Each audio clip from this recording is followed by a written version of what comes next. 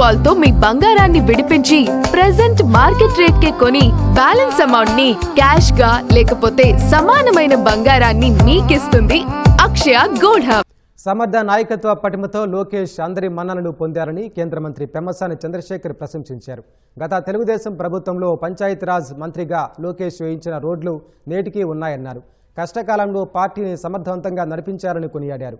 కార్యకర్తలకు లోకేష్ అన్ని విధాల అండగా నిలుస్తున్నారని పొలిట్ బ్యూరో సభ్యురాలు వేమిరెడ్డి ప్రశాంత్ రెడ్డి వెల్లడించారు. కార్యకర్తలు పార్టీ కష్టాల్లో ఉన్నప్పుడు నిలబడిన విధానం, పార్టీని బాబు గారితో కలిసి నడిపించిన విధానం, 3000 కిలోమీటర్ల సుదీర్ఘ పాదయాత్ర, అదేవిధంగా ఎడ్యుకేషన్ డిపార్ట్మెంట్ని సమర్థవంతంగా చేస్తూ అందులో అనేక రిఫార్మ్స్ తీసుకురావటం, దానికంటే ముఖ్యంగా ఐటీ మినిస్టర్గా ఈరోజు ఎక్కడా లేని విధంగా మరి $15 బిలియన్ గూగుల్ ఇన్వెస్ట్మెంట్ కానీ, మొన్న వచ్చినటువంటి ఆర్సెల్ఆర్ మిట్టర్, ఇట్లా రకరకాల మీరు రోజు ప్రతి వారం 10 రోజులకు ఒక శంకుస్థాపన జరుగుతూ ఉంది. కార్యకర్తలకు ఎప్పుడే అవసరం వచ్చినా వెంటనే వాళ్ళకి నిలబడటం, విధంగా అందరి మన్ననలు పొందారు. కాబట్టి ఈ రోజున పార్టీ అంతా కూడా యాక్సెప్ట్ చేసి ఏకగ్రీవంగా వర్కింగ్ ప్రెసిడెంట్ ఇచ్చారు. వారికి మనస్ఫూర్తిగా మేము ధన్యవాదాలు తెలుపుతా ఉన్నాం.